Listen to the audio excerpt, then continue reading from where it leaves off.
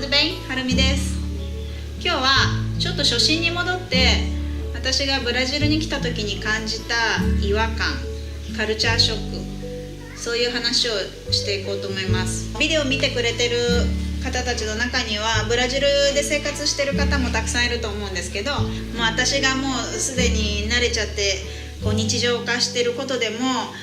非日常的なことたくさんあると思うので、そういうのをちょっと初心に戻っていろいろ思い出しながら話したいと思います。で、今日はその中でも私、ブラジルが海外初めてじゃなくて欧米の方にも住んでたので、今回は、アメリカに行った時もいろんなカルチャーショックっていうのはもちろんあったんですけど、そのカルチャーショックを経てブラジルに来てさらにカルチャーショックだったことアメリカでもなかったぞこんなのみたいな、そういう視点から話をしようかなと思います。いろいろあるんですけど、今日はその中から5つ選んで話します。海外経験ある人だったらわかると思うんですけど、だいたいアメリカに限らず海外歩いてると、大抵アジア人ってチャイニーズって言われるんですよね。中国人って。単純にそれは中国人の人口が多くて世界中に散らばっているからっていう理由で、アジア人イコール中国人、別に本当に中国人だと思って声をかけるっていうよりかは、もうとにかくアジア人イコール中国人、そういう感じで、私も実際何回も海外で中国人って言われたことありますけど、それがブラジルでは日本人なんですよ。アジア人イコール日本人だから、例えば道歩いてるとジャパとかありがとうさよならとかって声かけられることがあるんですけど、最初は私も中国人って言われない日本人だから日本人って言われるってちょっと嬉しい部分もあったんです。でも実際にはブラジル人が私たちのことを日本人、中国人、韓国人とかアジア系を区別して、私が日本人に見えるから日本人って言ってるわけではないんですよ。別に私のことを日本人と認識して日本人って言ってるんじゃなくて、彼らにとってはアジア人イコール日本人だから、別に中国人であっても韓国人であっても、逆に言えば彼らからすると多分すごくイライラすると思います。実際私も YouTube でブラジルに住んでる韓国人のビデオを見たことがあるんですけど、彼女はなんでみんな私のことを日本人って言うのってすごく怒ってました、はい。ブラジルの何パーセントか分かんないけど、もう大半はマニュアル車です。オートマもあるけどもう値段が高いので、ちょっとお金持ってる人じゃないとオートマは買えないかな。ほとんどマニュアル車です。なので私も今教習所通ってます。私免許は日本とアメリカでも持ってたんですけど、日本で免許取った時もマニュアル車で一応取ってるので、マニュアル運転したことはあるんですけど、でも私の場合教習所でオートマで最初に免許取って、その後マニュアル車に限定解除っていうのをしてるんですよ。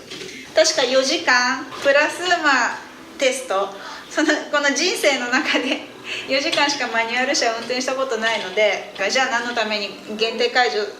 したのって言われると、それはまた別の話なんですけど、まさかここに来て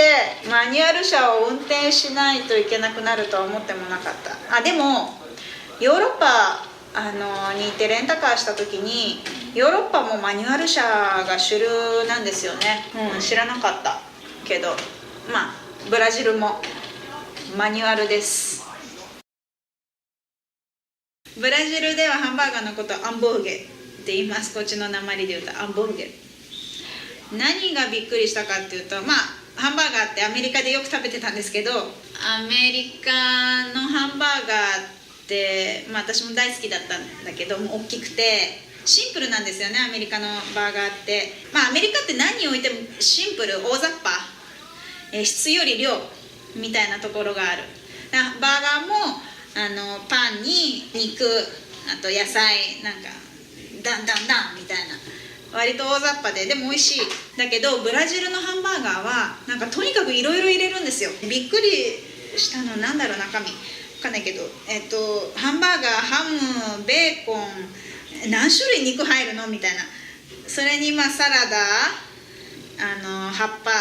レタスみたいな、レタスに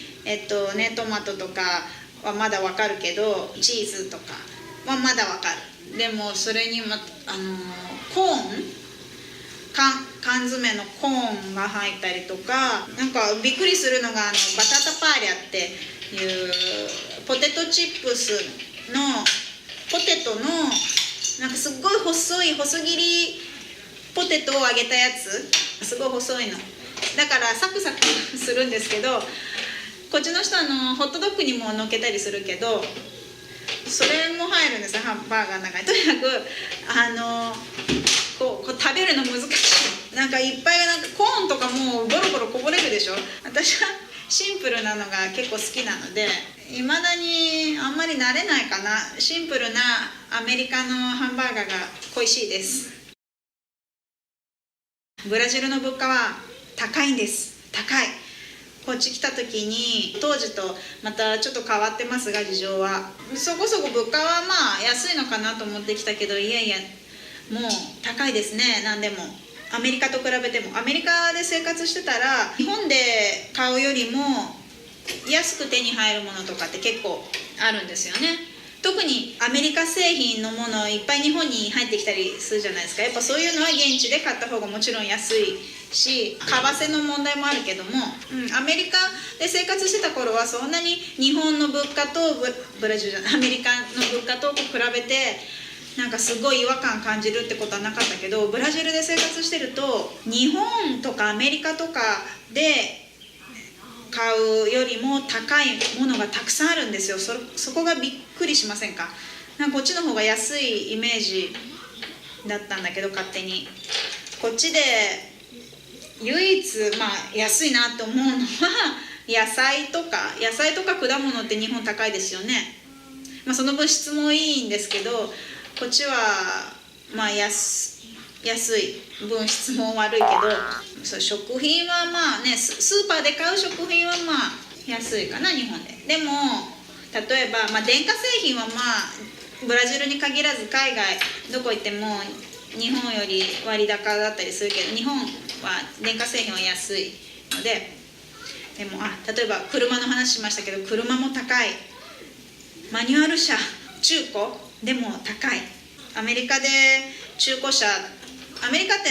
個人売買とかがもう結構普通に行われてるから、私も向こう住んでる時は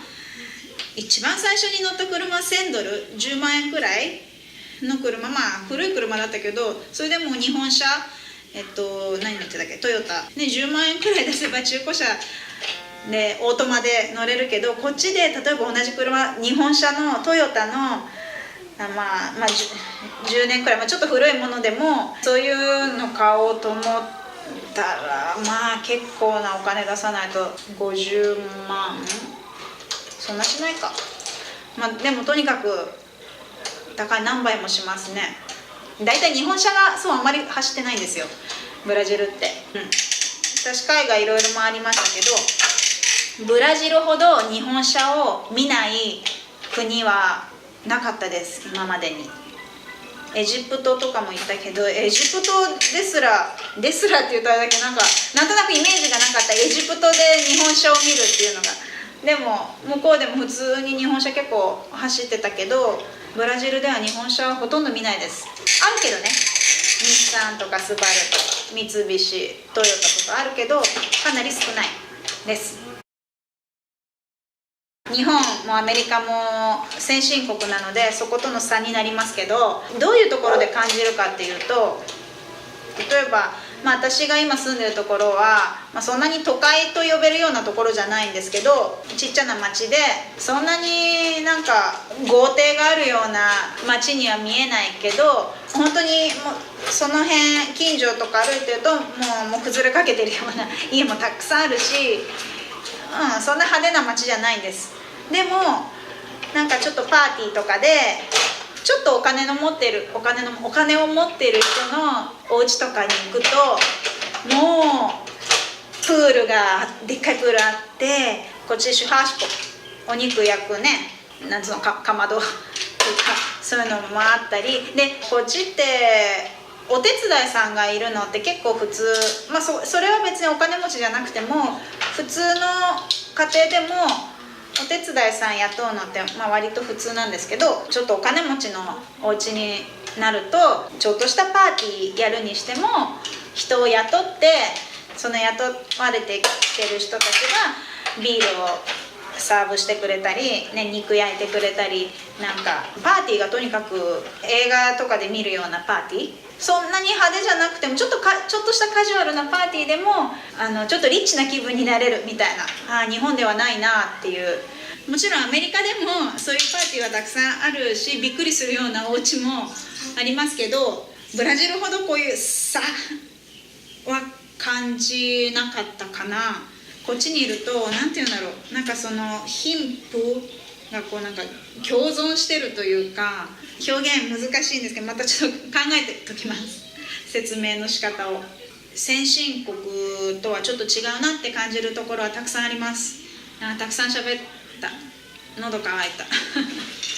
けどまた、何か反応があれば教えてください。感想があればまたこういう話もいろいろしていこうかなと思います。じゃあね、今日はこんなところで。チャオチャオチャオベージュ。